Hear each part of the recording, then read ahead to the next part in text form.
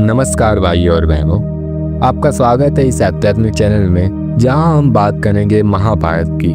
महाभारत न केवल एक युद्ध की गाथा का ग्रंथ है, बल्कि ऐसा महाग्रंथ है जो हमें जीवन का संपूर्ण ज्ञान देता है। महाभारत एक ऐसा ग्रंथ है जिसमें मनुष्य की सभी प्रवृत्तियां, लोभ, मोह, ईर्ष्या, प्रेम, भक्ति, धर्म और अधर्म का विस्तृत वर्णन है। यह केवल अर्जुन और कौरव की लड़ाई नहीं, बल्कि अंधकार और प्रकाश, स्वार्थ और धर्म, अहंकार और समर्पण की लड़ाई है। आज हम इस महाकाल से सीखेंगे 5 महत्वपूर्ण जीवन सबक, जिन्हें अगर हम अपने जीवन में उतार ले तो जीवन सफल और शांतिमय हो सकता है। तो चलिए गहराई से अध्ययन करते हैं। सबक नंबर 1, धर्म का पालन ही जीवन की सबसे बड़ी साधना है। महाभारत में सबसे बड़ा प्रश्न यही था कि धर्म क्या है। जब युधिष्ठिर ने जुए में द्रौपदी को दांव पर लगाया तो उन्होंने सोचा कि वे धर्म का पालन कर रहे हैं। भीष्म, द्रोणाचार्य जैसे महान ज्ञानी भी धर्म के नाम पर चुप रहे, लेकिन श्री कृष्ण ने बार बार कहा,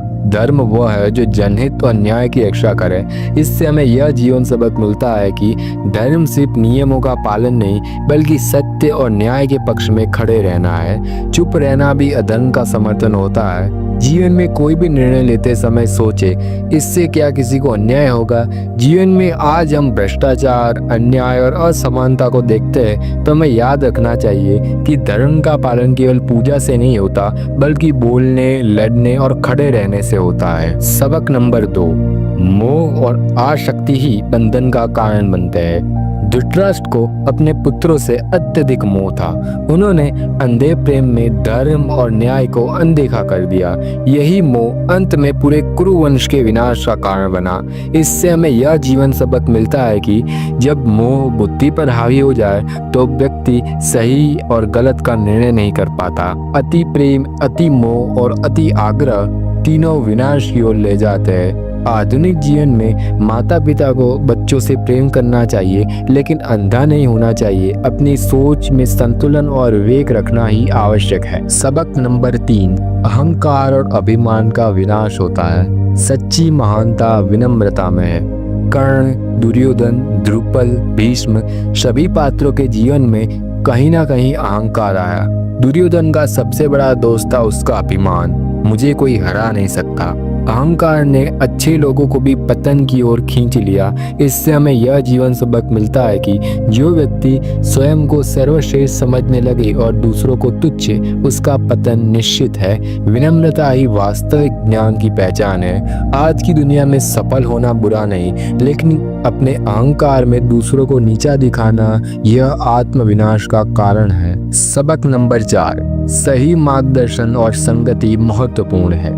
जैसा संग वैसा रंग। अर्जुन को सही मार्गदर्शन मिला श्री कृष्ण जैसे सारथी से और वह विजयी हुआ, जबकि दुर्योधन को शकुनी जैसे कपटी का साथ मिला और उसका पतन हुआ। इससे हमें यह जीवन सबक मिलता है कि जीवन में हम जिस मार्गदर्शन और संगति को चुनते हैं वही हमारा भविष्य तय करता है। गुरु, मित्र और सलाहकार अगर सही हो तो जीवन सफल बन जाता है, लेकिन अगर वह बुरे हो तो जीवन में उथल पुथल मच सकती है। आधुनिक जीवन में बच्चों, युवाओं, यहाँ तक बड़े बुजुर्ग तक को सही मार्गदर्शन, अच्छे मित्र और विचारशील संगत ही चुननी चाहिए। सबक नंबर 5, आत्मज्ञान और निर्णय की स्वतंत्रता है। इसीलिए अपने जीवन का मार्ग स्वयं चुने। युद्ध से पहले अर्जुन भ्रमित हो गया था।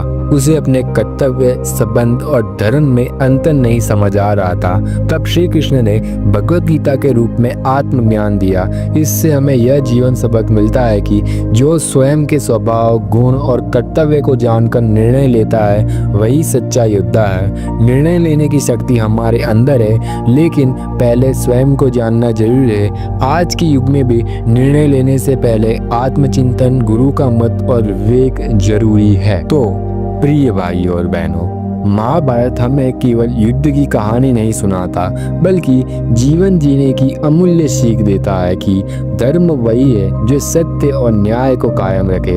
अत्यधिक मोह विनाश की जड़ है। अहंकार अंत में पतन का कारण बनता है। सही संगत और मार्गदर्शन से ही जीवन सफल बनता है और आत्मज्ञान और विवेकपूर्ण निर्णय ही सच्चा धर्म है।